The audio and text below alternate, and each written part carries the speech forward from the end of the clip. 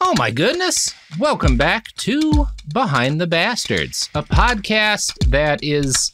I'll be interested to see how the audience reacts to this one. Talking about some of the most obscure, frustrating internet arcana that has ever occurred and recently led to the deaths of like 6 people. My guest today, as in last episode, David Boree. David, how you doing, man? I'm doing great. I really can't wait to see where this goes. Yeah, I feel like anything could happen at this point. It is going to. It is going to. A lot of frustrating things are going to happen. So we had kind of left off by setting up the rationalists, where they came from, some of the different strains of thought and beliefs that come out of their weird thought experiments. And now we are talking about a person who falls into this movement fairly early on and is going to be the leader of this quote unquote group, the Zizians, who were responsible for these murders that just happened. Ziz Lasota was born in 1990 or 1991. I don't have an exact birth date.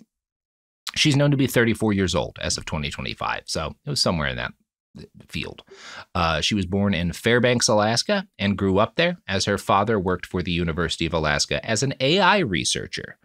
We know very little of the specifics of her childhood or upbringing, but in more than 100,000 words of blog posts, she did make some references to her early years. She claims to have been talented in engineering and computer science from a young age, and there's no real reason to doubt this.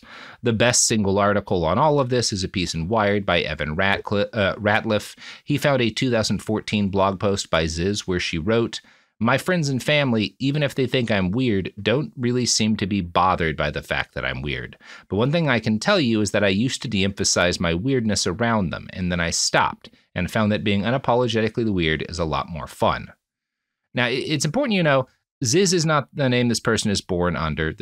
She's a trans woman, and so I'm like using the name that she adopts later, but she is not transitioned at this point. Like this is when she's a kid, right? And she's not going to transition until fairly late in the story after coming to San Francisco. So you should just keep that in mind as this is going on here. Hey everyone, Robert here. Just a little additional context. As best as I think anyone can tell, if you're curious about where the name Ziz came from, there's another piece of serial released online fiction that's not like a rationalist story, but it's very popular with rationalists. It's called Worm. Ziz is a character in that's effectively like an angel-like being who can like manipulate the future, usually in order to do very bad things. Anyway, that's where the name comes from. So she smart kid, really good with computers, kind of weird. And, you know, embraces being unapologetically weird at a certain point in her childhood. Hey, everybody, Robert here. Did not have this piece of information when I first put the episode together, but I came across a quote in an article from the Boston Globe that provides additional context on Ziz's childhood. Quote, "In middle school, the teen was among a group of students who managed to infiltrate the school district's payroll system and award huge paychecks to teachers they admired, while slashing the salaries of those they despised, according to one teacher. Ziz, the teacher said, struggled to regulate strong emotions, often erupting in tantrums." I wish I'd had this when David was on, but definitely sets up some of the things that are coming. She goes to the U of Alaska for her undergraduate degree in computer engineering. In February of 2009, which is when Eliezer Yudkowsky started Less Wrong, Ziz starts kind of getting drawn into some of the people who are around this growing subculture, right? And she's drawn in initially by veganism. So Ziz becomes a vegan at a fairly young age. Her family are not vegans, and she's obsessed with the concept of animal sentience, right? Of the fact that like animals are thinking and feeling beings just like human beings. And a lot of this is based in her interest in kind of foundational rationalist. A lot of this is based in her interest of a foundational rationalist and EA figure, a guy named Brian Tomasic. Brian is a writer and a software engineer, as well as an animal rights activist. And as a thinker, he's what you'd call a long-termist, right? Which is, pretty tied to the EA guys. These are all the same people using like kind of different words to describe the aspects of what they believe. His organization is the Center on Long-Term Risk, which is a think tank he establishes that's at the ground floor of these effective altruism discussions.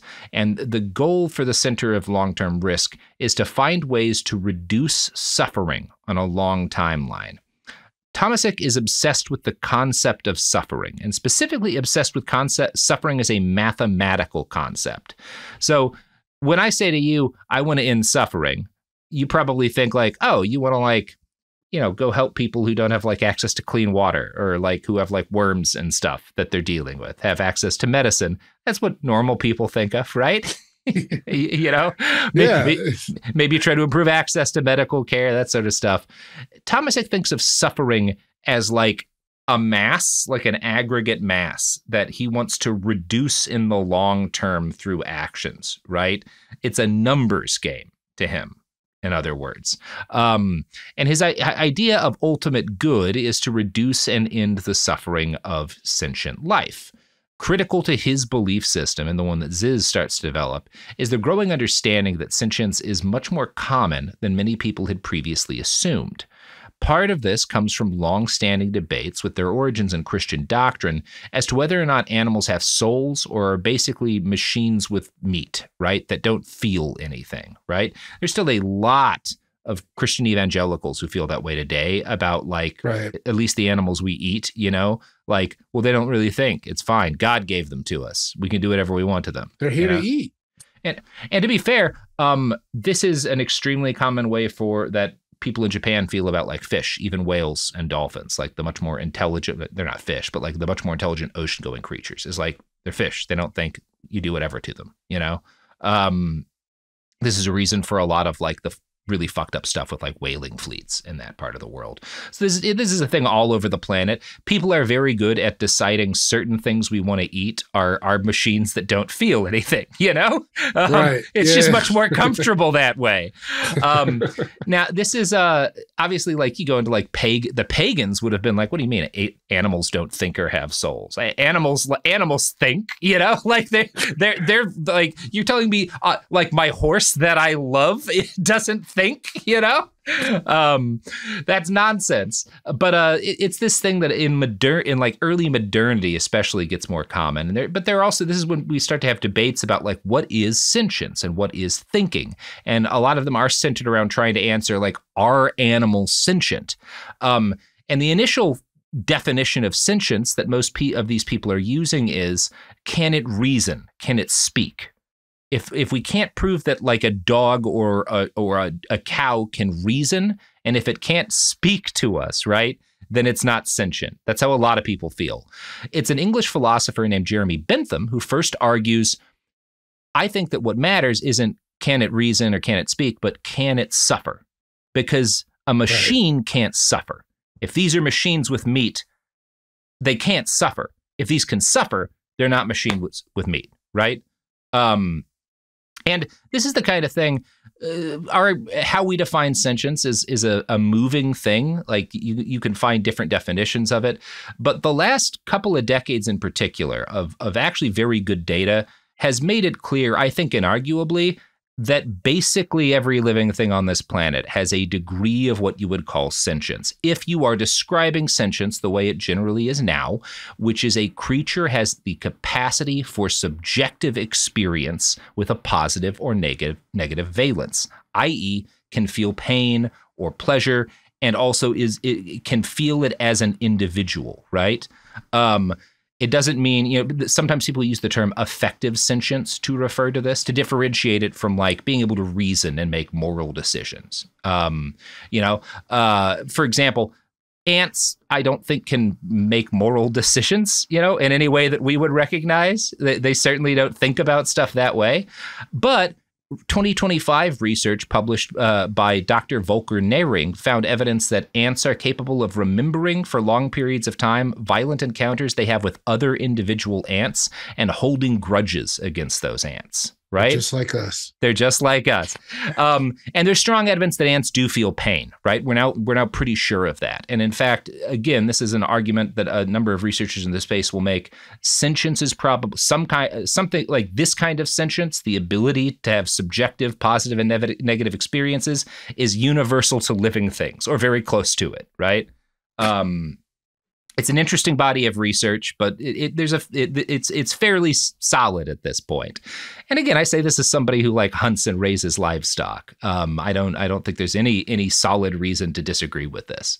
So you can see there's a basis to a lot of what Tomasic is saying, right? Which is that you should, what matters is reducing the overall amount of suffering in the world. And if you're looking at suffering as a mass, if you're just adding up all of the bad things experienced by all of the living things, animal suffering is a lot of the suffering. So if our goal is to reduce suffering, animal welfare is hugely important, right? It's a great place to start. Great, fine enough, you know? A little bit of a weird way to phrase it, but fine. Yeah. So here's the problem though. Tomasic, like all these guys, spends too much time. None of them can be like, hey, had a good thought. We're done. Setting that thought down. Moving on. So he keeps thinking about shit like this, and it leads him to some very irrational takes. For example, in 2014, Tomasic starts arguing that it might be immoral to kill characters in video games. And I'm going to quote from an article in Vox. He argues that while NPCs do not have anywhere near the mental complexity of animals, the difference is one of degree rather than kind, and we should care at least a tiny amount about their suffering, especially as they grow more complex. Man. And his argument is that, like, it doesn't matter, like, individually killing a Goomba or a guy in GTA 5, but, like, because they're getting more complicated and able to like try to avoid injury and stuff, there's evidence that there's some sort of suffering there. And thus the sheer mass of NPCs being killed, that might be like enough that it's ethically relevant to consider.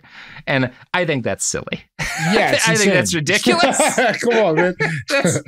I'm sorry, man. No, I'm sorry. I hate to be this guy, but that's a lot of the fun of the game is killing the NPCs. If you're telling me like we need to be deeply concerned about the welfare of like cows that we lock into factory farms, you got me. Absolutely, for sure.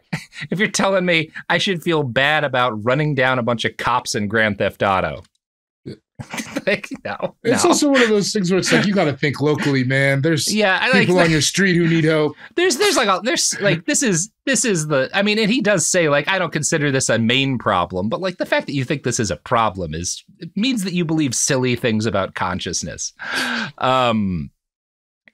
Anyway. So this is, I think the fact that he leads himself here is kind of evidence of the sort of logical fractures that are very common in this community. But this is the guy that young Ziz is drawn to. She loves this dude, right? He is kind of her first intellectual heartthrob. And she writes, quote, "My primary concern upon learning about the singularity was how do I make this benefit all sentient life, not just humans." So she gets interested in this idea of the singularity. It's inevitable that an AI god is going to arise. And she gets into the rationalist thing of we have to make sure that this is a nice AI rather than a mean one. But she has this other thing to it, which is this AI has to care as much as I do about animal life, right? Otherwise, we're not really making the world better, you know? Right. Now, Tomasic advises her to check out Less Wrong, which is how Ziz starts reading Eliezer Yudkowsky's work. From there, in 2012, she starts reading up on effective altruism and existential risk, which is a term that means the risk that a superintelligent AI will kill us all. She starts believing in, all of this kind of stuff. And her particular belief is that like the singularity, when it happens, is going to occur in a flash, kind of like the rapture, and almost immediately lead to the creation of either a hell or a heaven, right? And this will be done by the term they use for this inevitable AI is the singleton, right? That's what they call the AI god that's going to come about, right? Okay. And so her obsession is that she has to find a way to make the singleton a nice AI that cares about animals as much as it cares about people, right? That's her initial big motivation. So she starts emailing Tomasic with her concerns because she's worried that the other rationalists aren't vegans, right? And they don't feel like animal welfare is like the top priority for making sure this AI is good. And she really wants to convert this whole community to veganism in order to ensure that the singleton is as focused on insect and animal welfare as human welfare. And Tomasic does care about animal rights, but he disagrees with her because he's like, no, what matters is maximizing the reduction of suffering, and like a good singleton will solve climate change and shit, which will be better for the animals. And if we focus on trying to convert everybody in the rationalist space to veganism, it's going to stop us from accomplishing these bigger goals, right? This is shattering to Ziz, right? She decides that Tomasic doesn't care about good things, and she decides that she's basically alone in her values. And so her first move... the time to start a smaller subculture. That sounds like we're on our way. She first considers embracing what she calls negative utilitarianism. And this is an example of the fact that from the jump, this is a young woman who's not well, right? Because her hero is like, I don't know if veganism is necessarily the priority we have to embrace right now. Her immediate goal is to jump to, well, maybe what I should do is optimize myself to cause as much harm to humanity and, quote, destroy the world to prevent it from becoming hell for mostly everyone. So that's a jump, you know? That's not somebody who's doing well. Who think is healthy, right? No, she's having a tough time out here. So Ziz does ultimately decide she should still work to bring about a nice AI, even though that necessitates working with people she describes as flesh-eating monsters who had created hell on Earth for far more people than those they had helped. That's everybody who eats meat. Okay. Yes. And it's ironic. A large group. It's ironic because, like, she really wants to be in the tech industry. She's trying to get in. All these people are in the tech industry. That's a pretty good description of a lot of the tech industry. Yeah, they are in fact flesh-eating monsters who have created hell on Earth for more people than they've helped. But she means that for, like, I don't know, your aunt who has a hamburger once a week. And look, again, factory farming, evil. I just don't think that's how morality works. I think you're going a little far. No, she's making big jumps. Yeah, you're making... Bold thinker. Bold thinker. Yeah. Now, what you see here with this logic is that Ziz has taken this... She has a massive case of main character syndrome, right? All of this is based in her attitude that I have to save the universe by helping to or figuring out how to create an AI that can end the eternal holocaust of all animal life and also save humanity, right? That's a lot on her shoulders. That's me. That's a lot on her shoulders. And this is a thing. Again, all of this comes out of both subcultural aspects and aspects of American culture. One major problem that we have in this society is Hollywood has trained us all on a diet of movies with main characters that are the special boy or the special girl with the special powers who save the day, right? Yeah. And real life doesn't work that way very often, right? The Nazis, there was no special boy who stopped the Nazis. There were a lot of farm boys who were just like, I guess I'll go run in a machine gun nest until this is done. You know? Yeah, exactly. Yeah. There were a lot of 16-year-old Russians who were like, guess I'm going to walk at a bullet, you know? Yeah. Like, that's how evil gets fought, usually, unfortunately. Yeah. A lot of reluctant, like, I guess. Yeah, or a shitload of guys in a lab figuring out how to make corn that has higher yields so people don't starve, right? These are really like how huge world problems get solved. It's not traditionally people who have been touched, you know? Yeah, it's not people who have been touched, and it's certainly not people who have entirely based their understanding on the world from quotes from Star Wars and Harry Potter.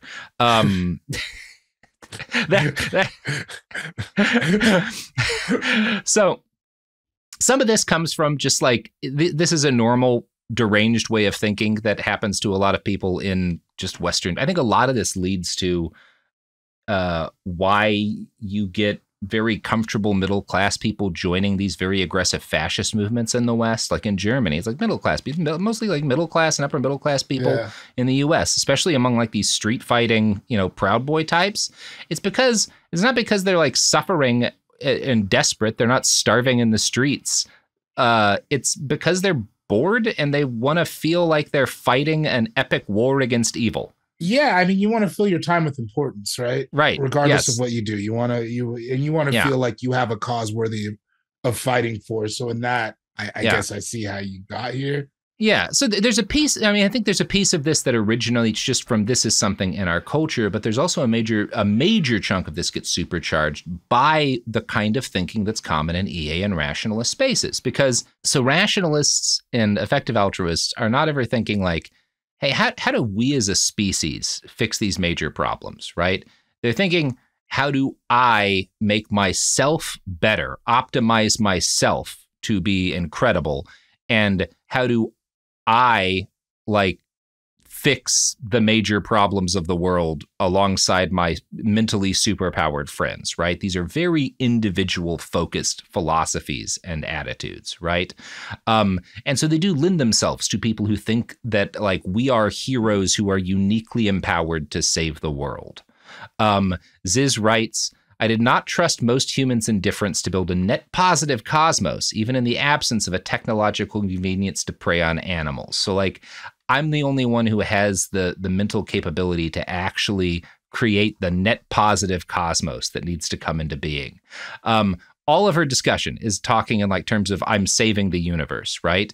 And a lot of that does come out of the way many of these people talk on the internet about the stakes of AI and just the importance of rationality. And again, this is something Scientology does. L. Ron Hubbard always couched getting people on Dianetics in terms of we are going to save the world and end war, right? This is, it's very normal for cult stuff. She starts reading around this time when she's in college, Harry Potter and the Methods of Rationality. This helps to solidify her feelings of her own centrality as a hero figure. In a blog post where she lays out her intellectual journey, she quotes a line from that fanfic of Yudkowsky's that is, it's essentially about what Yudkowsky calls the hero contract, right? It's essentially about this concept called the hero contract, right? And there's this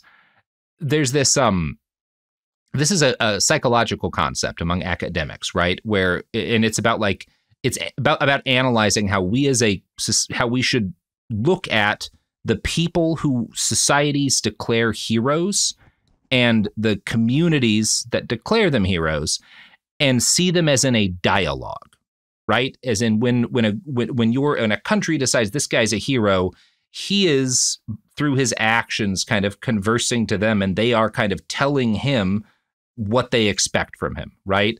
But Yudkowsky wrestles with this concept, right? And he comes to some very weird conclusions about it in one of the worst articles that I've ever read.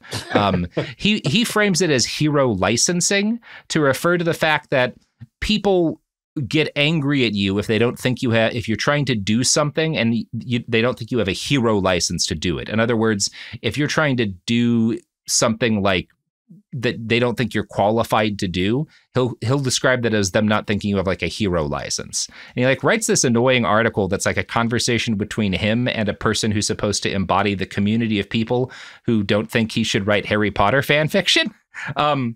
It's all very silly. Again, all this is ridiculous, but Ziz is very interested in the idea of the hero contract, right? But she comes up with her own spin on it, which she calls the true hero contract, right? And instead of, again, the academic term is the hero contract means societies and communities pick heroes, and those heroes and the community that they're in are in a constant dialogue with each other about what is heroic and what is expected, right? What the hero needs from the community and vice versa, That's all that's saying. Ziz says, no, that's bullshit. The real hero contract is, quote, pour free energy at my direction, and it will go into the optimization for good. Classic In other Ziz. words, classic Ziz. It's not a dialogue. If you're the hero, the community has to give you their energy and time and power, and you will use it to optimize them for good because they don't know how to do it themselves because they're not really able to think, Because they're not the hero. Because they're not the hero, right? You are. You are. You are the all-powerful hero. Mm-hmm. Now, this is a fancy way of describing how cult leaders think, right? Yeah. Everyone exists to pour energy into me, and I'll use it to do what's right, you know? So this is where her mind is in 2012. But again, she's just a student posting on the internet and chatting with other members of the subculture at this point. That year, she starts donating money to MIRI, the Machine Intelligence Research Institute, which is a nonprofit devoted to studying how to create friendly AI. Yudkowsky founded MIRI in 2000, right? So this is his like nonprofit think tank. In 2013, she finished an internship at NASA. So again, she's a very smart young woman, right? She gets an internship at NASA and she builds a tool for space weather analysis. So wow, she's a person with a lot of potential. Very, as all of the stuff she's writing is like dumb as shit.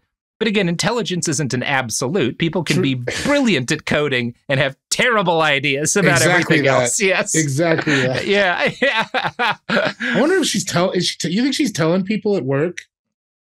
I don't think at this point she is, because she's super insular, right? She's very uncomfortable talking to people, right? Okay. She's going to kind of break out of her shell once she gets to San Francisco. Now, I don't know. She may have talked to some of them about this stuff, but I really don't think she is at this point. I don't think she's comfortable enough doing that. Yeah. So she also does an internship at the software giant Oracle. So at this point, you've got this young lady who's got a lot of potential, you know? A real career as well. Yeah. The start of a very real career. That's a great starting resume for like a 22-year-old. Yeah. Now at this point, she's torn. Should she go get a graduate degree, right? Or should she jump right into the tech industry, you know? And she worries that, like, if she waits to get a graduate degree, this will delay her making a positive impact on the existential risk caused by AI, and it'll be too late. The singularity will happen already, you know? At this point, she's still a fawning fan of Eliezer Yudkowsky, and the highest-ranking woman at Yudkowsky's organization, MIRI, is a lady named Susan Salomon. Susan gives a public invitation to the online community to pitch ideas for the best way to improve the ultimate quality of the singleton that these people believe is inevitable. In other words, hey, give us your ideas for how to make the inevitable AI god nice, right? Here's what Ziz writes about her response to that. I asked her whether I should try an alter course and do research or continue a fork of my pre-existing life plan, earn to give as a computer engineer, but retrain and try to do research directly instead. At the time, I was planning to go to grad school, and I had an irrational attachment to the idea. She sort of compromised and said I should go to grad school, find a startup co-founder, drop out, and earn to give via startups instead. First off, bad advice, Susan. Bad advice. I mean, just be Steve Jobs.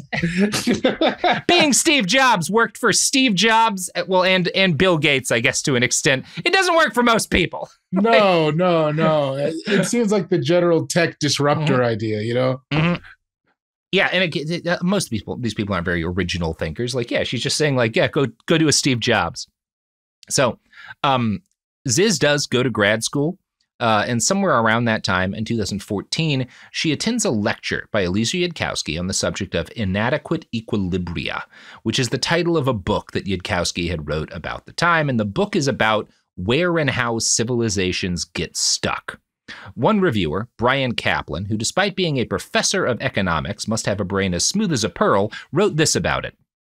Every society is screwed up. Eliezer Yudkowsky is one of the few thinkers on Earth who are trying at the most general level to understand why. And this is like, wow, that's please study the humanities a little bit. I mean, fuck, man, the first and most, one of the first influential works of his modern historic scholarship is The Decline and Fall of the Roman Empire. It's a whole book about why a society fell apart. And like, motherfucker, more recently, Mike Davis existed. like Jesus Christ. I can't believe this guy continues to get traction. Nobody else is thinking about why society is screwed up, but Eliezer Yudkowsky. This man who wrote this Harry Potter novel. Yeah, no, I was trying to find another. I read through that Martin Luther King Jr. speech. Everything's good. Yeah. Oh boy. Oh my God. Like, motherfucker. So many people do nothing but try to write about why our society is sick. You know? On all levels, by the way. On all Everybody's thinking about Everybody's it. thinking about this. Thinking about it. This is such a common subject of scholarship and discussion. From the barroom to the boardroom, it's what everyone's talking about, always. It would be like if I got really into like reading medical textbooks and was like, you know what? Nobody's ever tried to figure out how to transplant a heart. I'm going to write a book about how that might work. I think I got it. And I think I got it. I think I know. Oh, these fucking people. Should do an ad.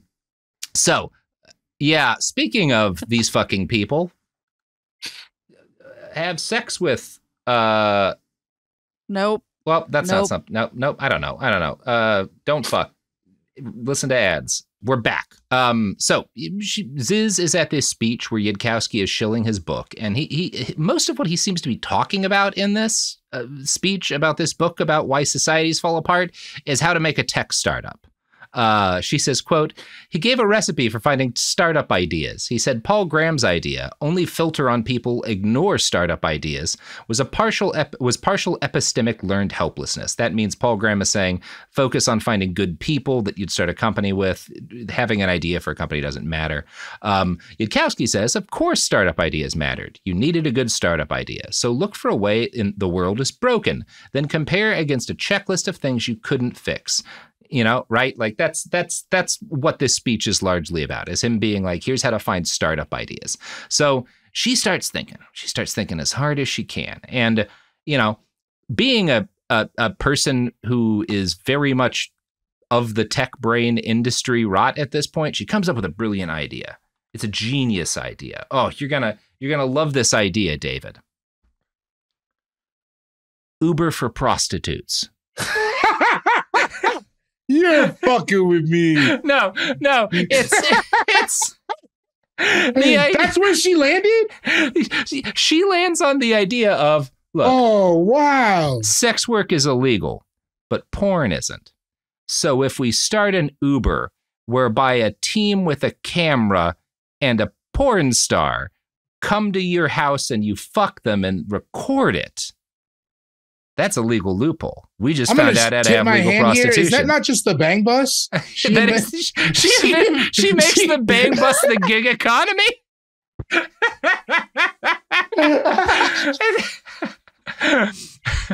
It is really like Don Draper moment. What about Uber, but a pimp? It's so funny. These people... You gotta love it. Love it. Wow. What a place to end up. Yeah, I would love to see the other drafts. Yeah. Like what came first? Make the cut.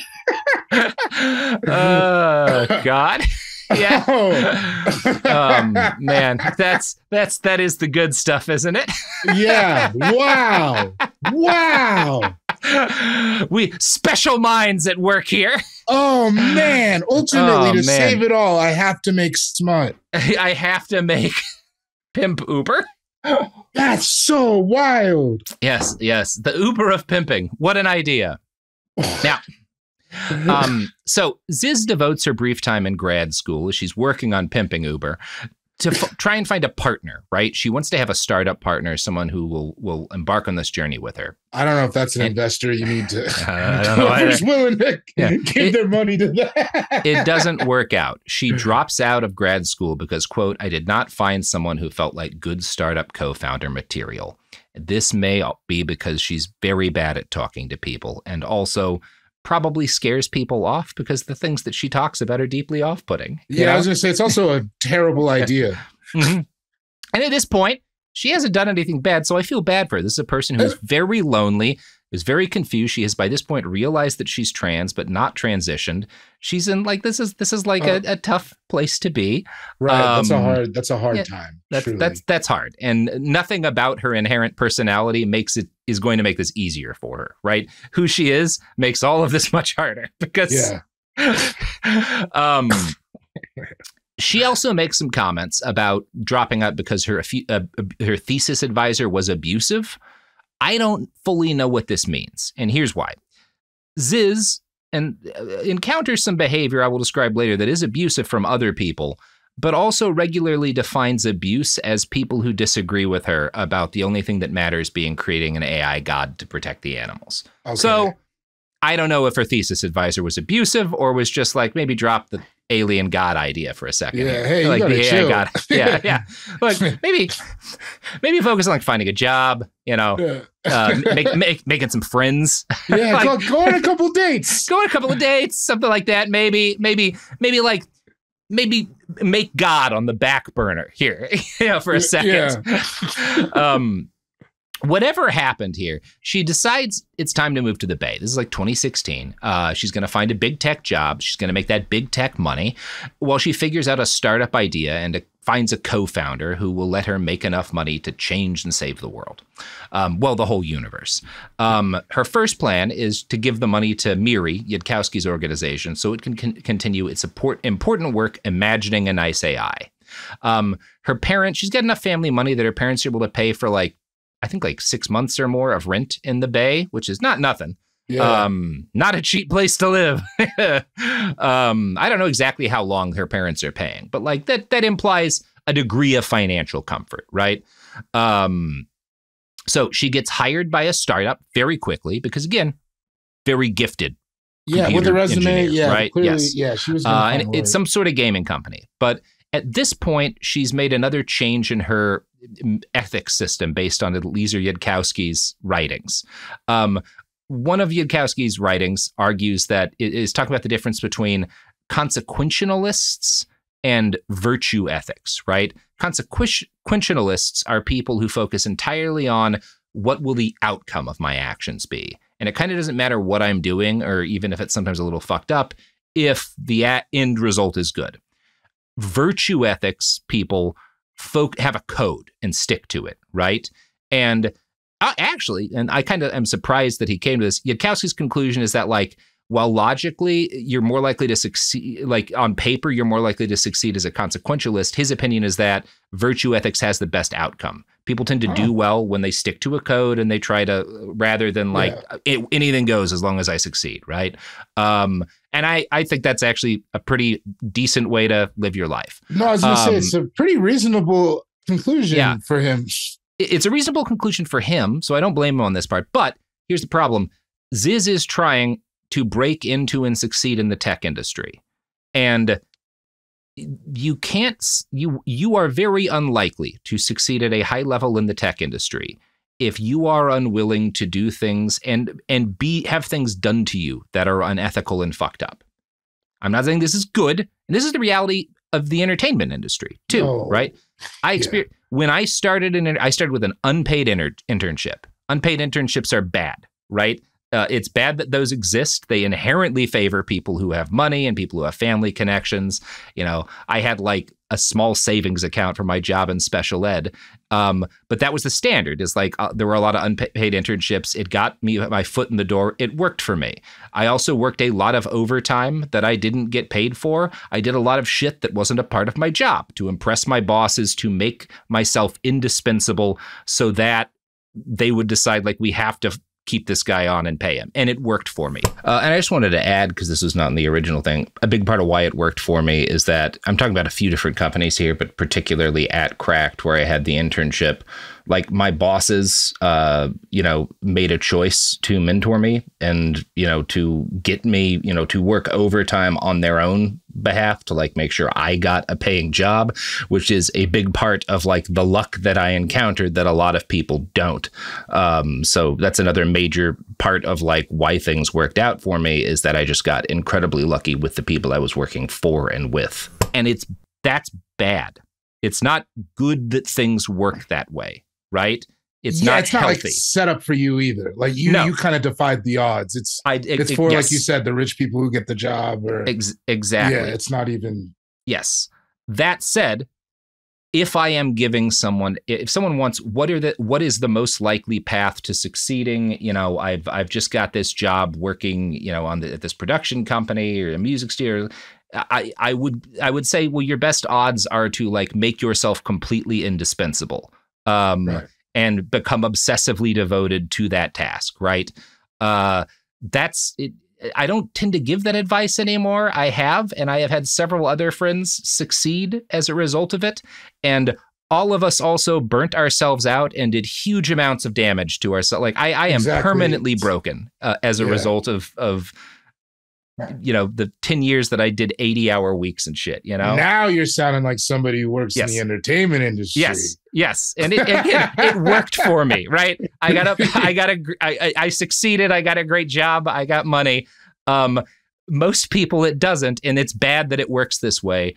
Ziz, unlike me, is not willing to do that, right? She thinks it's wrong to be asked to work overtime and not get paid for it. And so on her first day at the job, she leaves after 8 hours and her boss is like, what the fuck are you doing? And she's like, I'm supposed to be here 8 hours. 8 hours is up. I'm going home. And he calls her half an hour later and fires her, right? And this is because the tech industry's evil, Right. Like this is bad. She's not bad here. It is like a thing where she's not doing by her standards what I would say is the rational thing, which would be if all that matters is optimizing your earning power, right? Right. Then you do this. Then you do whatever it takes, right? So it's kind of interesting to me, like that she is so devoted to this like virtue ethics thing at this point that she fucks over her career in the tech industry because she's not willing to do the things that you kind of need to do to succeed, in the place that she is. But it's interesting. I don't give her any shit for that. So she asks her parents for more runway to extend her time in the Bay. And then she finds work at another startup. But the same problems persist. Quote, they kept demanding that I work unpaid overtime, talking about how other employees just always put 40 hours on their timesheet no matter what. And this exemplary employee over there worked 12 hours a day. And he really went the extra mile and got the job done. And they needed me to really go the extra mile and get the job done. She's not willing to do that. And again, I hate that this is part of what drives her to the madness that leads to the cult and the killings. Because it's like, oh, honey, you're in the right. It's an evil industry. Yeah. You see a flash of where it could have gone well. Mm-hmm. There were chances for this to work out. No, you're 100% right. This is fucked up. It, you know what I mean? And that's super hard. I really respect that part of you. Oh, I'm so sad that this makes that culture. Yeah. I'm so sad that this is part of what shatters your brain. That really bums me out. Yeah. So first off, she's kind of starts spiraling and she concludes that she hates virtue ethics. This is where she starts hating Yudkowsky, right? She doesn't break entirely on him yet, but she gets really angry at this point because she's like, well, obviously virtue ethics don't work. Right. And she's been following this man at this point for years, right? Exactly. Yeah. So this is a very damaging thing to her that this happens. And again, as much as I'm blamed Yudkowsky, the culture of the Bay Area tech industry, that's a big part of what drives this person, to where she ends up, right? So that said, some of her issues are also rooted in a kind of rigid and unforgiving internal rule set. At one point, she negotiates work with a professor and their undergraduate helper. She doesn't want to take an hourly job, and she tries to negotiate a flat rate of $7K. And they're like, yeah, okay, that sounds fair, but the school doesn't do stuff like that, so you will have to fake some paperwork with me for me to be able to get them to pay you $7,000. And she isn't willing to do that. And that's the thing where it's like, no, I've had some shit where this was there was a stupid rule, and in order for me or other people to get paid, we had to tell something else to the company. That's just knowing how to get by. Yeah, that's living in the world. You did the hard part. Yeah. They said they were going to do it. They said they'd do it. Yeah, that's they already said we don't do this. That's where you're like, all right. Yeah, you can't get by in America if you're not willing to lie on certain kinds of paperwork, right? That's the game. Our president does all the fucking time. He's the king of that shit. So at this point, Ziz is stuck in what they consider a calamitous situation. The prophecy of doom, as they call it, is ticking ever closer, which means the bad AI that's going to create hell for everybody. Her panic over this is elevated by the fact that she starts to get obsessed with Rocco's Basilisk at this time. Oh, no. I know. Worst thing for her to read. Come on. What they call it, an info hazard? An info hazard. She should have heeded the warnings. Yep. And a lot of the smarter rationalists are just annoyed by it. Again, Yudkowsky immediately is like, this is very quickly decides it's bullshit and bans discussion of it. He argues there's no incentive for a future agent to follow through with that threat because by doing so, it just expends resources at no gain to itself, which is like, yeah, man, a hyperlogical AI would not immediately jump to, I must make hell for everybody who didn't code me. Like, yeah, that's just crazy. There's like, some steps skipped. Yeah. Only humans are like ill in that way. That's the funny thing about it is it's such a human response to it. Yeah, right. Now, when she encounters the concept of Rocco's basilisk at first, Ziz thinks that it's silly, right? She kind of rejects it and moves on. But once she gets to the Bay, she starts going to in-person rationalist meetups and having long conversations with other believers who are still talking about Rocco's basilisk. She writes, I started encountering people who were freaked out by it, freaked out that they had discovered an improvement to the info hazard that made it function, got around to Leeser's objection. Her ultimate conclusion is this. If I persisted in trying to save the world, I would be tortured until the end of the universe by a coalition of all unfriendly AIs in order to increase the amount of measure they got by demoralizing me. Even if my System 2 had good decision theory, my System 1 did not, and that would damage my effectiveness. And like, I can't explain all of the terms in that without taking more time than we need to, but like you can hear, like that is not the writing of a person who is thinking in logical terms. No, you know? It's so scary. Like, yes, it's very scary stuff. Like, it's so scary to be like, oh, that's where she was operating. Those are the stakes. This is where your head is. She's dealing with. Yeah, that's. It is. You know, I talk to my friends who are raised in like very toxic evangelical subculture, chunks of the evangelical subculture, and grow up and spend their whole childhood terrified of hell. That like everything, you know, I got angry at my mom and I didn't say anything, but God knows I'm angry at her and he's going to send me to hell because I didn't respect my mother. Like, that's what she's doing, right? Exactly, like, exactly. She can't win. There's no winning here. Yes. And again, I say this a lot. We need to put lithium back in the drinking water. We got to put lithium back in the water. Maybe Xanax too. She could have taken a combo. Getting rid of Xanax. Before it gets to where it gets, at this point, you really feel for her and like just living like that every day. Yeah. She's so scared. And that this is what she's doing. She is the therapy needingest woman I have ever heard of at this point. Oh my God. She needs to talk to a lot of people. Again, you know, the cult, the thing that happens to cult members has happened to her, where the whole language she uses is incomprehensible to people. I had to talk to you for an hour and 15 minutes so you would understand parts of what this lady says, right? Exactly. Because you have to, because it's all nonsense if you don't do that work. Exactly. She's so spun out at this point. It's like, how do you even get back? Yeah. How do you even get back? Yeah. So she ultimately decides, even though she thinks she's doomed to be tortured by unfriendly AIs, evil gods must be fought. If this damns me, then so be it. She's very heroic. She sees herself that way, right? Yes. Yeah, and even like just with her convictions and things, she does it. She's a woman of conviction. You really can't take that away from her. Those convictions are nonsense. No, that's the problem. But they're there. Yeah, they're based on an elaborate Harry Potter fan fiction. Yeah. It's like David Icke, the guy who believes in like literal lizard people, and everyone thinks he's like talking about the Jews, but like no. It's just lizards. It's exactly that, where it's just like you want to draw something so it's not nonsense, and then you realize no. And like David, he's made like a big rant against how Elon Musk is like evil for what all these people he's hurt by firing the whole federal government. And people were shocked, and it's like no. David Icke believes in a thing. It's just crazy. Yeah. Like, those people do exist. Here we are talking about them. And here we are talking about them. Some of them run the country. Well, actually, I don't know how much all of those people believe in anything. But no, I don't think they're flying any flag. Yeah. Yeah, speaking of people who believe in something, our sponsors believe in getting your money. we're back. So she is at this point suffering from delusions of grandeur, and those are going to rapidly lead her to danger.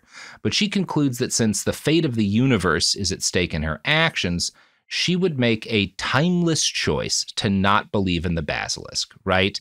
And that will protect her in the future, because that's how these people talk about stuff like that. So she gets over her fear of the basilisk for a little while. But even when she claims to have rejected the theory, whenever she references it in her blog, she locks it away under a spoiler with a info hazard warning, Rocco's basilisk family, skippable. So you don't have to see it and have it destroy your psyche. Because that's the power of it. Yeah. The concept does, however, keep coming back to her, and continuing to drive her mad. Thoughts of the basilisk return, and eventually she comes to an extreme conclusion. If what I cared about was sentient life, and I was willing to go to hell to save everyone else, why not just send everyone else to hell if I didn't submit? Can I tell you, it felt like this is where it had to go, right? Yeah. Yes. So what she means here is that she is now making the timeless decision that when she is in a position of ultimate influence and helps bring this all-powerful vegan AI into existence, she's promising now ahead of time to create a perfect hell, a digital hell, to punish all of the people who don't eat meat ever. Right. She wants to make a hell for people who eat meat. And that's the conclusion that she makes, right? So this becomes an intrusive thought in her head. Primarily the idea that everyone isn't going along with her, right? She doesn't want to create this hell. She just thinks that she has to. So she's very focused on trying to convince these other people in the rationalist culture to become vegan. Anyway, she writes this, quote, I thought it had to be subconsciously influencing me, damaging me at my effectiveness, that I had done more harm than I could imagine by thinking these things, because I had the hubris to think info hazards didn't exist, and worse, to feel a resigned, grim sort of pride in my previous choice to fight for sentient life, although it damned me, and the gaps between do not think about that, you moron, do not think about that, you moron, pride which may have led to intrusive thoughts to resurface and progress to resume. In other words, my ego had perhaps damned the universe.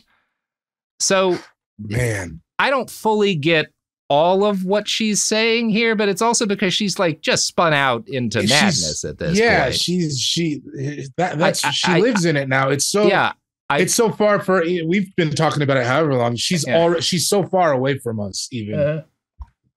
Yeah, and it is deeply, I've read a lot of her writing. It is deeply hard to understand pieces of it here. Oh, man, but she is at war with herself, clearly. She is for sure at war with herself. Now, Ziz is at this point attending rationalist events by the Bay, and a lot of the people at those events are older, more influential men, some of whom are influential in the tech industry, all of whom have a lot more money than her. And some of these people are members of an organization called CFAR, the Center for Applied Rationality, which is a nonprofit founded to help people get better at pursuing their goals. It's a self-help company, right? And runs self-help seminars. This is the same as a Tony Robbins thing, right? We're all just trying to get you to sign up and then get you to sign up for the next workshop and the next workshop and the next workshop. This isn't really a cult. That's not what they're trying to do, but they're playing with cult dynamics in order to get money from people who attend their events, right? All self-help people do. There's no difference between this and Tony Robbins. So Ziz goes to this event, and she has a long conversation with several members of CFAR, who I think are clearly kind of, my interpretation of this is that they're trying to groom her to get because they think, this chick's clearly brilliant. She'll find her way in the industry, and we want her money, right? Maybe we want her to do some free work for us too, but let's we got to reel this fish in, right? So this is described as an academic conference by people who are in the AI risk field and rationalism, thinking of ways to save the universe because only the super geniuses can do that. The actual, why I'm really glad that I read Ziz's account here is I've been reading about these people for a long time. I've been reading about their beliefs. I felt there's some cult stuff here. When Ziz laid out what happened at this seminar, this self-help seminar put on by these people very close to Yudkowsky, it's almost exactly the same as a Synanon meeting. Like, it's the same stuff. It's and it's the same shit. It's the same as accounts of like big like self-help movement things from like the 70s and stuff that I've read. That's when it really clicked to me, right? Quote, here's a description of one of the, because they have, speeches and they break out into groups to do different exercises, right? There were Hamming circles per person. Take turns having everyone else spend 20 minutes trying to solve the most important problem about your life to you. I didn't pick the most important problem in my life because secrets. I think I used my turn on a problem I thought they might actually be able to help with.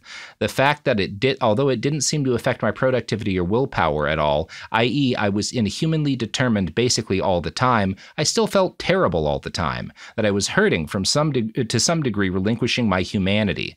I was sort of vague about the pain of being trans and having decided not to transition. And so like, this is a part of the thing. You build a connection between other people in this group by getting people to like spill their secrets to each other. It's a thing Scientology does. It's a thing they did at Synanon. Tell me your darkest secret, right? Exactly, yeah. And she's not fully willing to because she doesn't want to come out to this group of people yet.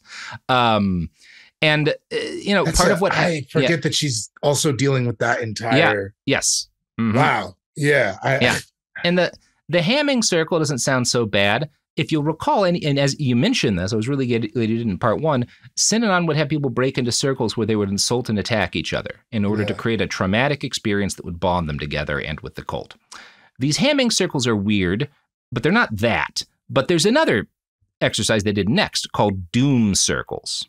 Quote, there were doom circles where each person, including themselves, took turns having everyone else bluntly but compassionately say why they were doomed, using blindsight. Someone decided and set a precedent of starting these off with a sort of ritual incantation. We now invoke and bow to the doom gods, and waving their hands, saying doom. I said I'd never bow to the doom gods, and while everyone else said that, I flipped the double bird to the heavens and said, fuck you instead. Person A, that's this member of CFAR that she admires, found this agreeable and joined in. Some people brought up that they felt like they were only as morally valuable as half a person. This irked me. I said they were whole persons, and don't be stupid like that.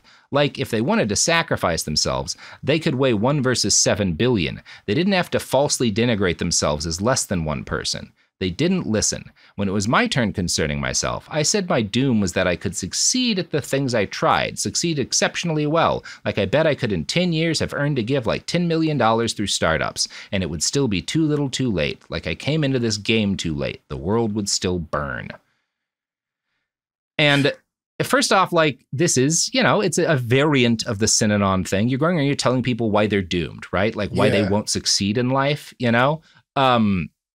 But it's also one of the things here, these people are saying they feel like less than a person. A major topic of discussion in the community at the time is if you don't think you can succeed in business and make money, is the best thing with the highest net value you can do taking out an insurance policy on yourself and committing suicide. Oh my God. And then having the money donated to a rationalist organization. That's a major topic of discussion that like Ziz grapples with, a lot of these people grapple with, right? Because they are obsessed with the idea of like, oh my God, I might be net negative value, right? If I can't do this or can't do this, I could be a net negative value individual. And that means like I'm not contributing to the solution. And there's nothing worse than not contributing to the solution. Were there people who did that? I am not aware. There are people who commit suicide in this community. I will say that. Like there are a number of suicides tied to this community. I don't know if the actual insurance con thing happened, but it's like a seriously discussed thing. And it's seriously discussed because all of these people talk about the value of their own lives in purely like mechanistic, how much money or expected value can I produce? Like that is a person, and that's why a person matters, right? And the term they use is morally valuable, right? Like that's what means you're a worthwhile human being if you're morally if you're creating a net positive benefit to the world in the way they define it.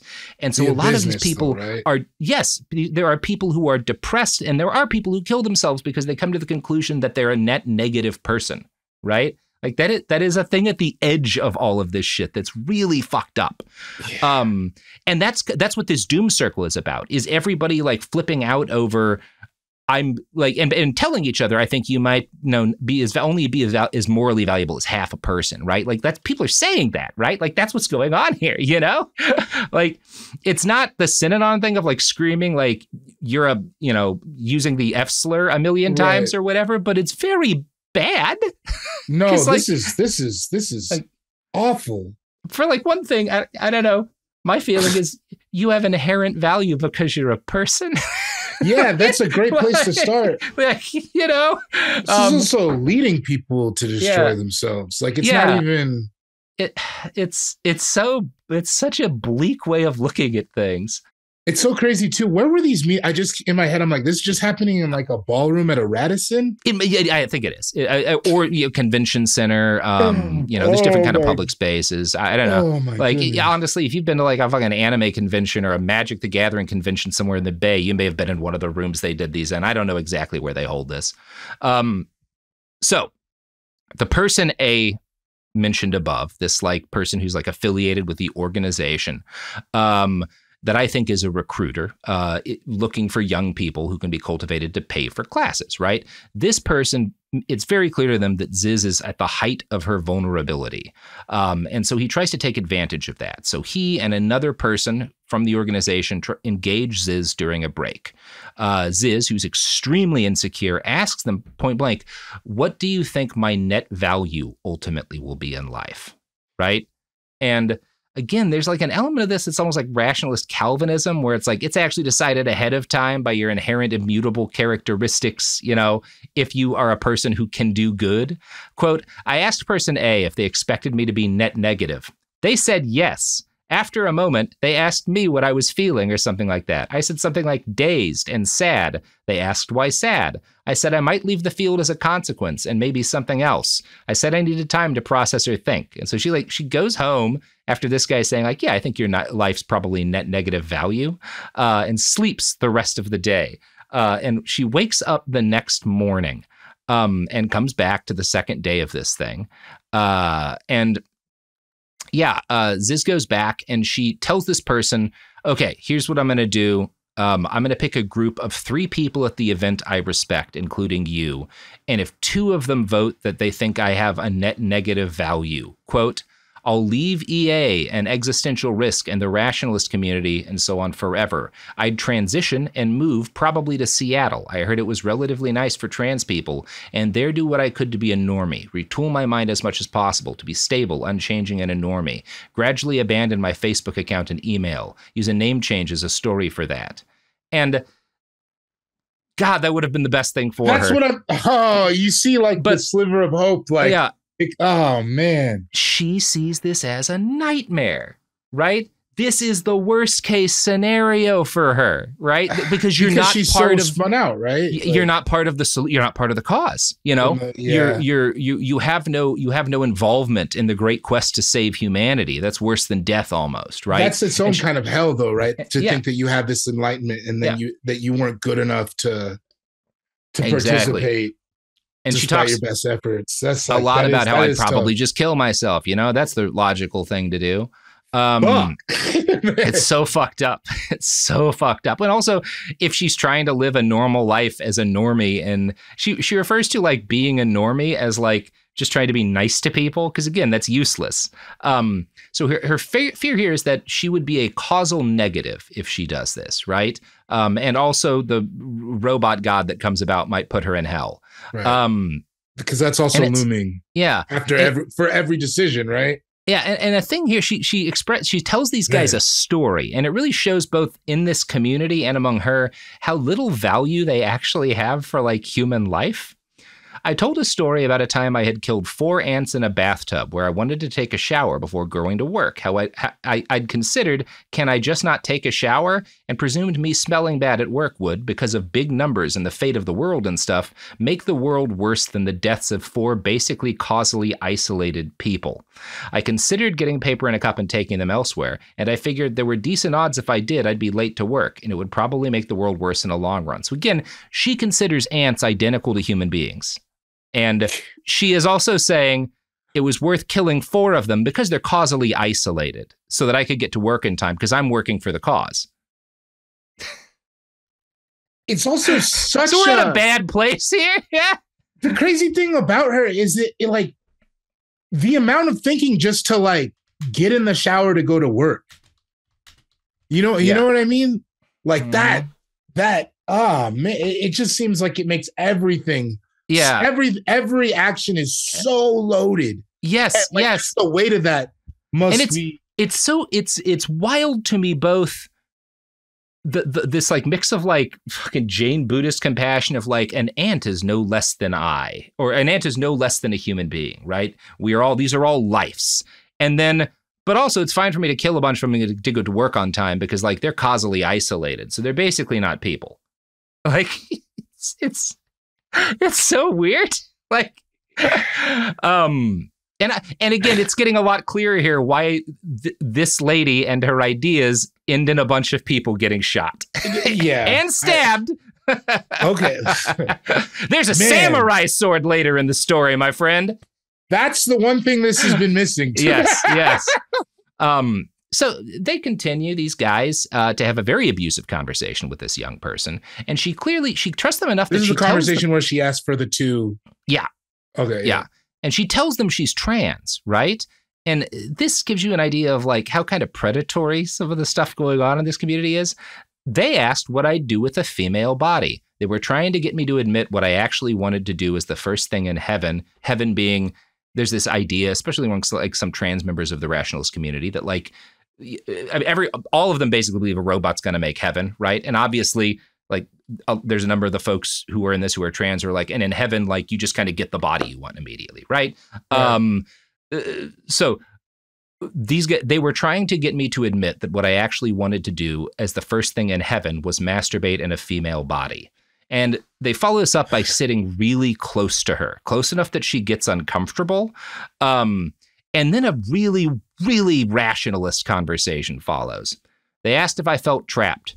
I may have clarified physically. They may have said, sure. Afterward, I answered no to that question, under the likely justified belief that it was framed that way. They asked why not. I said I was pretty sure I could take them in a fight. They prodded for details, why I thought so, and then how I thought a fight between us would go. I asked what kind of fight, like a physical, unarmed fight to the death right now? And why? What were my payouts? This was over the fate of the multiverse? Triggering actions by other people, i.e. or imprisonment or murder, was not relevant? So they decide they make this into, again, these people are all addicted to dumb game theory stuff, right? Okay, so what is this fight? Is this fight over the fate of the multiverse? Are we in an alternate reality where like no one will come and intervene and there's no cops? We're the only people in the world or whatever. So they tell her like, yeah, imagine there's no consequences legally, whatever to you do, and we're fighting over the fate of the multiverse. And so she proceeds to give an extremely elaborate discussion of how she'll gouge out their eyes and try to destroy their prefrontal lobes and then stomp on their skulls until they die. And it's both, it's nonsense. It's like how 10-year-olds think fights work. It's also, it's based on this game theory attitude of fighting that they have, which is like, you have to make this kind of timeless decision that any fight is, you're just going to murder. You have to go with the hardest confrontation, right? Yes. So it would have to be the most violent. Yes. Because that will make other people not want to attack you, as opposed to like what normal people understand about like real fights, which is if you have to do one, you like try to just like hit him somewhere that's going to shock them and then run like a motherfucker. Yeah, right? Man, you get the piss out of it as fast as possible. Like if you have to, like ideally just run like a motherfucker, but if you have to strike somebody, go for the eye and then run like a son of a bitch, but there's no run like a son of a bitch here because the point in part is this like timeless decision to, anyway. This tells you a lot about the rationalist community. So she tells these people, she explains in detail how she would murder them if they had a fight right now. As they're like scooted sitting in next to super her. close, having just asked her about masturbation. Here's their first question. Quote, they asked if I'd rape their corpse. Part of me insisted this was not going as it was supposed to, but I decided inflicting discomfort in order to get reliable information was a valid tactic. In other words, them trying to make her uncomfortable to get info from her, she decides is fine. Also, the whole discussion about raping their corpses is like, well, if you rape, obviously, like if you want to have the most extreme response possible that would like make other people unlikely to fuck with you, knowing that you'll violate their corpse if you kill them is clearly the like, and like that really is that. Okay, sure. I love rational thought. Oh man. This is crazy. Sorry, this is so crazy. It's so nuts. So then they talk about psychopathy. One of these guys had earlier told Ziz that they thought she was a psychopath. But here's the thing. Told her that. He told her that doesn't mean what it means both to actual like clinicians, because psychopathy is a diagnostician, or like what normal people mean. To rationalists, a lot of them think psychopathy is a state you can put yourself into in order to maximize your performance in certain situations. That's because they've again, there's some like popular books that are about like the psychopath's way, the dark triad, and like, well, you know, these are the people who led societies in the toughest times, and so like you need to optimize and engage in some of those behaviors if you want to win in these situations. Based on all of this, Ziz brings up what rationalists call the Gervais principle. Now, this started as a tongue-in-cheek joke describing a rule of office dynamics based on the TV show The Office. When you said it, I was like, there's no way. Yes, it's Ricky Gervais, yes. And the idea is that in office environments, psychos always rise to the top. This is supposed to be like a negative observation. Like the person who wrote this initially is like, yeah, this is how offices work, and it's like why they're bad. You know, it's an extension of the Peter principle. And these psychopaths put like dumb and incompetent people in like in positions below them for a variety. It's trying to kind of work out why in which like offices are often dysfunctional, right? It's not like the original Gervais principle thing is like not a bad piece of writing or whatever. But Ziz takes something insane out of it. I described how the Gervais principle said sociopaths give up empathy, as in a certain chunk of social software, not literally all hardwired accelerated modeling of people, not necessarily compassion, and with it happiness, destroying meaning to create power. Meaning, too, I did not care about. I wanted this world to live on. So she tells them she's come to the conclusion, I need to make myself into a psychopath in order to have the kind of mental power necessary to do the things that I want to do. And she largely justifies this by describing the beliefs of the Sith from Star Wars. Because she thinks she needs to remake herself as a psychopathic evil warrior monk in order to save all of creation. Yeah, no, of course. Yep. So this is her hitting her final form. And true to fact, these guys are like, they don't say it's a good idea, but they're like, okay, yeah, that's not the worst thing you could do. Sure, you know, like I think the Sith stuff kind of weird, but making yourself a psychopath makes sense. Sure, yeah, of course. I know a lot of guys who did that. That's literally what they say, right? And then they say that also. I don't even think that's what they say that because the next thing they say, this guy person A is like, look. The best way to turn yourself from a net negative to a net positive value. I really believe you could do it, but to do it, you need to come to 10 more of these seminars and keep taking classes here, right? Right. Of course. Right. Yeah. Here's a quote from them, or from Ziz. She's conditional on me going to a long course of circling like these two organizations offered, particularly a 10-weekend one. Then I probably would not be net negative. So. Oh, things are going good. This is, you know. Fuck. Yeah. Great. How much does 10 weekends cost? I don't actually know. I don't fully know with this. It's possible some of these are like, some of the events are free, like, but the classes cost money, but it's also a lot of it's like there's donations expected, or by doing this and being a member, it's expected you're going to tithe, basically. That's what I was thinking. It seems like they're like 50% of your income, right? More than they're like worried about this money at the top. I mean, I don't know, the format, is she not going to be like super suspicious that people are like, you know, faking it or like going over the top? She is. She gets actually really uncomfortable. They have an exercise where they're basically doing, they're playing with love bombing, right? Where everyone's like hugging and telling each other they love each other. And she's like, I don't really believe it. I just met these people. So she is starting to, and she is going to break away from these organizations pretty quickly. But this conversation she have with these guys is a critical part of like why she finally has this fracture. Because number one, this dude keeps telling her you have a net negative value to the universe, right? And so she's obsessed with like, how do I, and it comes to the conclusion, my best way of being net positive is to make myself into a sociopath and a Sith Lord to save the animals, of course. It feels like the same thinking though as like the robot's gonna make hell. It seems to always come back to this idea of like, I think we just gotta be evil. Where it's like, yes. Well, I guess the only logical conclusion is doom. Yep. Yeah. It's like it feels like it's a theme here. Yep. Anyway, you want to plug anything at the end here? I have a comedy special you can purchase on Patreon. It's called Birth of a Nation with a G. And you can get that at patreon.com/David Bory. Excellent. All right, folks. Well, that is the end of the episode. David, thank you so much for coming on to our inaugural episode by listening to some of the weirdest shit we've ever talked about on this show. Yeah, this was, I'm going to be thinking about this for weeks. I mean, yeah. To be, there's I feel like it's kind of fair because your co-host, Lexi Kerman, came on for the Elders of Zion episodes. Yeah. Okay. Well, I was initially going to kind of just focus on all of this would have been like half a page or so, just kind of summing up. Here's the gist of what this believes. And then let's get to the actual cult stuff when like, Ziz starts bringing in followers and the crimes start happening. But that that Wired article really covers all that very well. And that's the best piece. Most of the journalism I've read on these guys is not very well written. It's not very good. It does not really explain why they are, what they are, or why they do it. So I decided, and the Wired piece is great.